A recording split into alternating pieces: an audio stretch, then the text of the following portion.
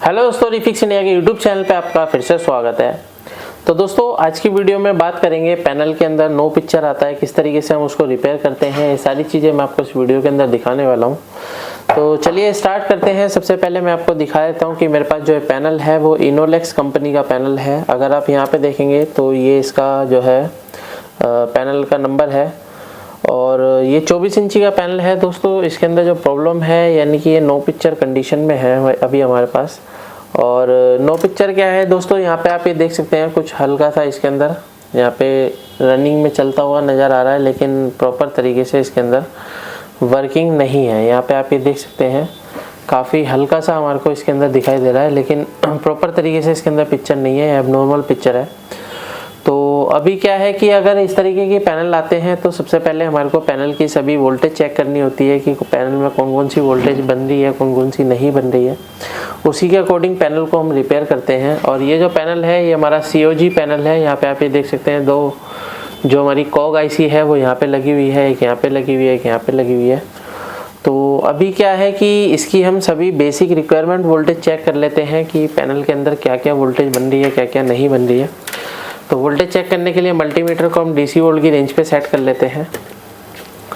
यहाँ पे अगर आप देखेंगे तो मल्टीमीटर को हमने DC वोल्ट की रेंज पे सेट किया है और अभी हमारे को वोल्टेज चेक करनी है। तो किस तरीके से हम देखेंगे तो यहाँ पे अगर हम देखते हैं तो सबसे पहले जो हमारी वोल्टेज है 12 वोल्ट की सप्लाई है, जो कि बिल्कुल परफेक्ट तरीके से इसके अंदर बन रही है।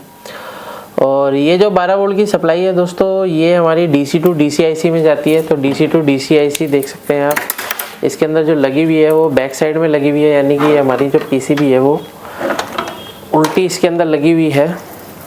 तो यहाँ पे रख के अभी हम इसको दोबारा चेक करते हैं। पैनल की सभी कंडीशन पूरी प्रॉपर तरीके से चेक करने के बाद ही हमारे को पता लग पाएगा कि प्रॉब्लम है कहाँ पर। तो यहाँ पर अगर मैं लगाता हूँ तो यहाँ पे आप ये देखेंगे 12 वोल्ट की सप्लाई है जो कि बिल्कुल परफेक्ट तरीके से बन रही है।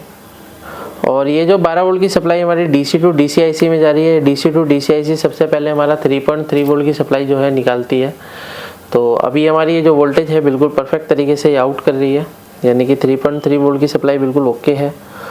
और ये जो 3.3 वोल्ट की सप्लाई है दोस्तों ये हमारी जाती है टीकॉन IC के अंदर, और हमारे जो रोम IC इसके अंदर लगी होती है रोम IC के अंदर भी हमारी ये वोल्टेज जाती है। तो यहाँ पे आप ये देख सकते हैं 3.3 वोल्ट ये रोम IC के अंदर भी जा रही है। अभी क्या है कि टीकॉन IC जो हमारी लगी हुई है, टीकॉन IC से हमारा जो कि इनेबल वोल्टेज निकल के हमारी इस IC के अंदर जाता है DC टू DC में। तो ये जो DC टू DC IC है ये अलग अलग वोल्टेज बनाने का काम करती है। तो यहाँ पे अगर हम देखेंगे कि हमारे पास जो वोल्टेज बननी चाहिए, कौन कौन सी वोल्टेज बननी चाहिए, तो सबसे पहले हम यहाँ पे देखते हैं। तो यहाँ पे जो है डायोड के कैथोड पे अगर मैं चेक कर रहा हूँ तो मेरे को यहाँ पे 16 वोल्ट की सप्लाई देखने को मिल रही है, यानी कि हमारा जो वोल्टेज है AVDD वोल्टेज है, यानी कि वोल्टेज जो है हमारी प्रॉपर तरीके से बूस्ट हो रही है। अभी क्या है कि AVDD वोल्टेज से हमारा अलग अलग वोल्टेज बनती है, जैसे VGH VGL ये सारी वोल्टेज जो है हमारे AVDD से बनती है। तो इसको भी हम चेक करते हैं। तो यहाँ पे अगर आप देखेंगे तो यहाँ पे हमारा चार्ज पंप सर्किट बना हुआ है, और ये चार्ज पंप सर्किट में अगर हम यहाँ पे देखते हैं तो AVDD वोल्टेज हमारी डायोड के अंदर जा रही है, और ये डायोड हमारा वोल्टेज को बूस्ट करके 29 वोल्ट की सप्लाई हमारी बना रहा है। तो यहाँ तो वोल्टेज बिल्कुल परफेक्ट है। दूसरी अगर हम दूसरे डायोड पे देखते हैं तो हमारी -8 वोल्ट की सप्लाई है, जो कि हमारी VGL वोल्टेज है, ये भी बिल्कुल परफेक्ट है। तो दोस्तों ऑलमोस्ट वोल्टेज जो है इसकी बिल्कुल परफेक्ट तरीके से इसके अंदर बन रही है, लेकिन जो है इसके अंदर अभी भी पिक्चर अगर नहीं है तो सबसे पहले अभी हमारे को क्या देखना होगा, अभी हमारे को चेक करना होगा कि टीकॉन IC की क्या कंडीशन है। टीकॉन IC को चेक करने के लिए सबसे पहले हम सेट को ऑफ कर लेते हैं, और ऑफ करने के बाद हम LVDS केबल को रिमूव कर लेते हैं। और रिमूव करने के बाद यहाँ पे हम पहले टीकॉन IC की कंडीशन देखते हैं, क्या कंडीशन इसकी है। तो यहाँ पे मैं DC वोल्ट से अभी मैं यहाँ पे डायोड मोड पे सेट कर लेता हूँ। और यहाँ पे क्या है कि मेरे को स्टेप बाय स्टेप चेक करना होगा। तो यहाँ पे अगर मैं देखता हूँ तो मेरे को यहाँ पे क्या वैल्यू मिल रही है, 550 के अराउंड मेरे को यहाँ पे वैल्यू मिल रही है। यहाँ पे देखते हैं तो यहाँ पे मेरे को जो वैल्यू मिल रही है वो 1.3, यहाँ पे देखते हैं दोबारा 1.395 के अराउंड हमारे को यहाँ पे वोल्टेज मिल रही है। और दोबारा से चेक करते हैं, यहाँ पे 550 के अराउंड है। और आगे चेक करते हैं, यहाँ पे 645, यहाँ पे चेक करते हैं, यहाँ पे भी 645 है। उसके बाद आगे चेक करते हैं, यहाँ पे भी 645 है।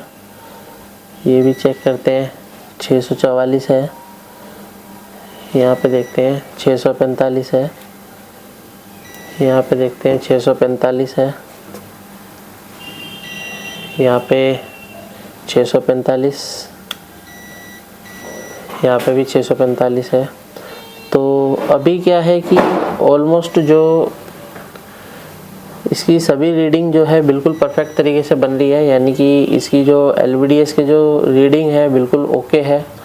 लेकिन क्या है कि यानी कि इसका मतलब ये है कि हमारा जो टीकॉन IC है वो बिल्कुल परफेक्ट यानी कि ओके है, इसके अंदर कोई भी दिक्कत नहीं है।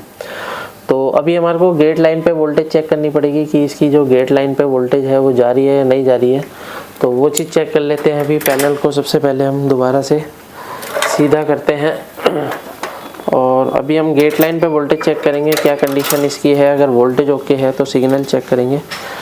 तो सब मैं आपको चेक करके दिखाता हूँ क्या कंडीशन इसकी बनती है, क्योंकि इस तरीके के पैनल जो होते हैं बहुत सारे रिपेयर होने के लिए आते हैं और इनके अंदर कुछ प्रॉब्लम है इसी तरीके की रहती है। नो पिक्चर रहता है, कोई कुछ रहता है, कोई कुछ रहता है, किसी में स्लो मोशन आता है। तो यहाँ पे क्या है कि सेट को हम ऑन कर लेते हैं, क्योंकि वोल्टेज चेक करने के लिए हमारे को सेट को ऑन करना पड़ेगा। और मल्टीमीटर को दोबारा से सेट कर लेते हैं हम वोल्टेज रेंज पे।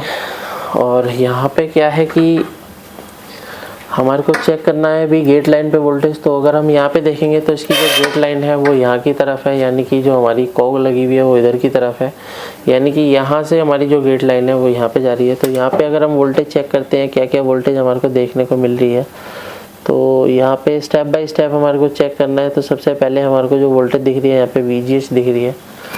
तो यहाँ पे अगर आप देखेंगे तो VGH वोल्टेज में मेरे को -3 वोल्ट की सप्लाई देखने को मिल रही है, जबकि यहाँ पे मेरे को बूस्ट वोल्टेज देखने को मिलना चाहिए, क्योंकि यहाँ पे जो वोल्टेज है वो बूस्ट वोल्टेज होता है, जो कि हमारी 26, 27, 28 वोल्ट के अराउंड होता है। तो अभी क्या है कि हमारे को ये चीज़ देखनी पड़ेगी यहाँ पे कहीं शॉर्टिंग तो नहीं है। तो इसके अंदर अगर मैं देखता हूँ तो यहाँ पे अगर इसके ट्रैक पे अगर मैं देखता हूँ तो ये VGH-P हमारे को 29 वोल्ट की सप्लाई बिल्कुल परफेक्ट तरीके से इसके अंदर मेरे को देखने को मिल रही है, यानी कि 29 वोल्ट जो है इसका बिल्कुल ओके है। यहाँ पे देखते हैं तो ये हमारा 3.3 वोल्ट की सप्लाई बन रही है। तो अभी क्या है कि हमारा VGH-P पे तो वोल्टेज मिल रहा है, लेकिन VGH पे वोल्टेज नहीं मिल रहा है, जो कि हमारी गेट लाइन की तरफ जाता है। अभी क्या है कि अगर इस तरह की कंडीशन आती है, सबसे पहले हमारे को यहाँ पे सप्लाई दे के चेक करना पड़ेगा कि क्या कंडीशन है। तो सप्लाई देने के लिए दोस्तों यहाँ पे मेरे को क्या है एक अलग से मैं सप्लाई दे सकता हूँ, लेकिन क्या है कि बोर्ड में यानी कि PCB में जो है ऑलरेडी VGH बन रही है। तो मैं यहाँ से VGH लेके ट्राई करता हूँ क्या कंडीशन इसकी बनती है। तो अभी क्या है कि अगर मैं ट्रैक देखता हूँ तो यहाँ पे जो ट्रैक है वो यहाँ से आ रहा है, यानी कि यहाँ पे अगर आप देखेंगे तो टेस्टिंग पॉइंट यहाँ पर है। तो टेस्टिंग पॉइंट को हम थोड़ा सा स्क्रैच करके देखते हैं कि यहाँ पे हमारे को क्या वोल्टेज मिल रहा है, क्योंकि ये जो वोल्टेज है ये हमारा IC के अंदर से आ रहा है। तो यहाँ पे मेरे को स्क्रैच करना पड़ेगा, ये मैं स्क्रैच कर लेता हूँ।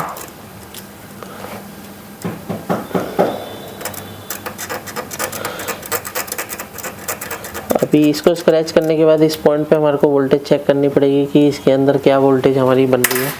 तो दोबारा से मैं सेट को ऑन करता हूँ, यहाँ पे वोल्टेज चेक करते हैं कि यहाँ पे क्या कंडीशन है। तो यहाँ पे अगर आप देखेंगे तो यहाँ पे मेरे को 23 वोल्ट के अराउंड यहाँ पे वोल्टेज मिल रहा है, यानी कि ये भी हमारी बूस्ट वोल्टेज है। तो सबसे पहले हम 23 वोल्ट की सप्लाई से ट्राई करके देखते हैं क्या है हमारा वोल्टेज देने के बाद हमारे पैनल की क्या कंडीशन रहने वाली है। तो सबसे पहले मैं इसको यहाँ से एक जंपर लगा के ट्राई करूँगा। तो यहाँ पे मेरे पास एक जंपर है, यहाँ पे जंपर वायर मैंने एक LVDS की वायर ले रखी है। तो इस वायर से मैं यहाँ पे जंपर लगा के देखूँगा। सबसे पहले हम सेट को ऑफ कर लेते हैं और यहाँ पे क्या है हमारे को सोल्डर करना पड़ेगा, क्योंकि यहाँ पे क्या है कि जो सोल्डिंग करने के लिए हमारे को प्रॉपर तरीके से यहाँ पे काम करना पड़ेगा, जब ही ये हमारा पैनल ओके होने की कंडीशन में आ सकता है। नहीं तो कई बार क्या होता है, ये पैनल के अंदर कोग आईसी भी ख़राब हो जाती है, तब भी इस तरीके की दिक्कतें हमारे को देखने को मिलती है। तो अभी मैं यहाँ पे क्या है, फ़िलहाल के लिए देखते हैं क्या हमारी कंडीशन इसकी बनेगी। इसको क्या है, मैं यहाँ पे क्लीन कर लेता हूँ अच्छे से, क्योंकि जब भी आपको सोल्डिंग करनी होती है और वहाँ पे ऑलरेडी सोल्डर नहीं होता है तो इस तरीके से आपको सोल्डर अलग से लगाना पड़ेगा, तभी प्रॉपर तरीके से हमारी सोल्डिंग हो पाएगी। और यहाँ पे भी हमारे को थोड़ा सा ट्रैक को स्क्रैच करना पड़ेगा ताकि यहाँ पे क्या है, सोल्डिंग अच्छे से हो पाए। इसको मैं सोल्डर कर लेता हूँ इस तरीके से। तो यहाँ पे क्या है कि हमारे को जब भी सोल्डिंग करनी होती है दोस्तों, तो बिल्कुल फिनिशिंग से काम करना होता है, क्योंकि जब भी इस तरीके के काम अगर हम फिनिशिंग से नहीं करेंगे तो आपस में भी शॉर्टिंग हो सकती है या पैनल हमारा कम्प्लीटली डैमेज भी हो सकता है। क्योंकि अंदर जो ट्रैक होते हैं वो अगर आप कम वोल्टेज की जगह ज़्यादा वोल्टेज अगर इसके अंदर चला जाएगा तो भी हमारा पैनल डैमेज हो सकता है। तो फ़िलहाल के लिए हम यहाँ पे ट्राई करते हैं VGH के पॉइंट से। मैं यहाँ पे एक पॉइंट ले रहा हूँ और दूसरा पॉइंट मैं यहाँ पे जोड़ूंगा। यहाँ से पेस्ट लेके हम यहाँ पे सोल्डर करते हैं।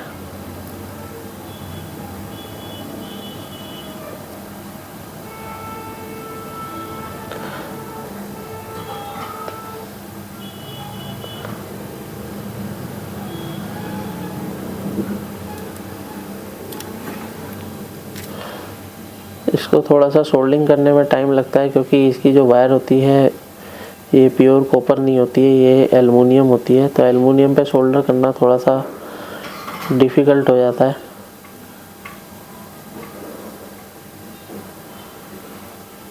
तो यहाँ पे मैं वायर का थोड़ा सा या तो यहाँ पे चेंज कर लेता हूँ।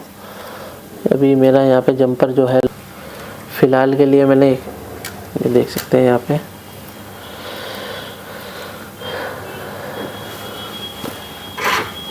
यहाँ पे हम पेस्ट को चेंज करके चेक करेंगे। कई बार पेस्ट की वजह से भी सोल्डिंग की दिक्कत आती है। तो पेस्ट हम दूसरा लेके देखते हैं। दूसरा पेस्ट लेके आओ।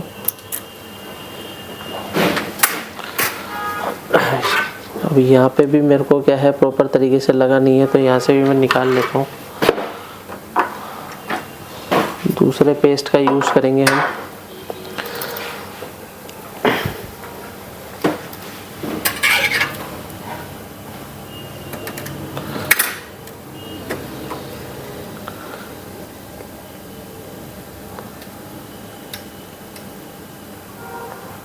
अभी क्या है कि पेस्ट मैंने दूसरा ले लिया है, उससे सोल्डिंग करके देखते हैं।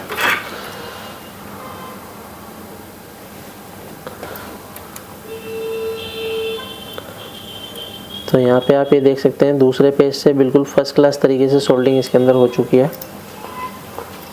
और दूसरी साइड पे भी हम इसी तरीके से करते हैं। पेस्ट बिल्कुल हल्का सा लेना होता है दोस्तों, इसके अंदर कोई ज़्यादा पेस्ट लेने की ज़रूरत नहीं होती है। तो यहाँ पे क्या है,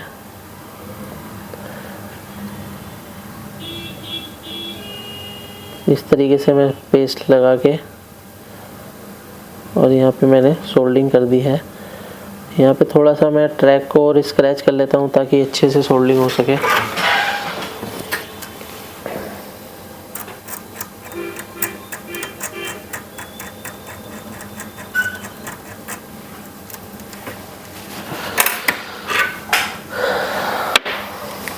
इसको हम अच्छे से स्क्रैच कर लेते हैं।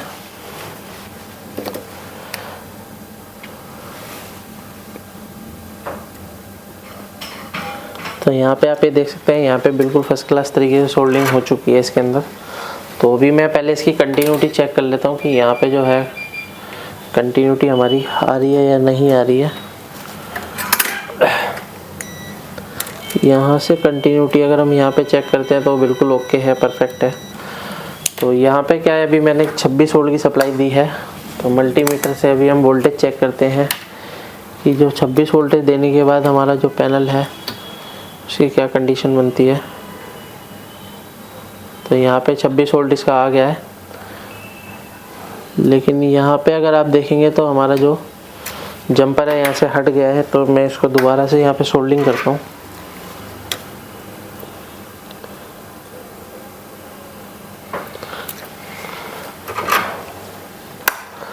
दोबारा सेट को ऑन करते हैं और फिर ट्राई करते हैं यहाँ पे कितना वोल्ट है। तो यहाँ पे आप ये देख सकते हैं 27 वोल्ट के अराउंड यहाँ पे वोल्टेज आ गया है। और अगर पैनल पे अगर देखेंगे तो पैनल पे पिक्चर हमारी बन चुकी है। तो अगर आप यहाँ पे पैनल पे देखेंगे तो यहाँ पे हमारा नो सिग्नल लिख के आ रहा है, यानी पैनल अभी क्या है हमारा बिल्कुल परफेक्ट तरीके से ओके हो चुका है। इसकी जो प्रॉब्लम थी दोस्तों, इसकी जो गेट लाइन है, गेट लाइन के अंदर जो VGH वोल्टेज है वो नहीं जा रहा था, जिसकी वजह से हमारे को इस तरीके की कंडीशन यानी कि स्लो मोशन जैसा देखने को हमारे को मिल रहा था।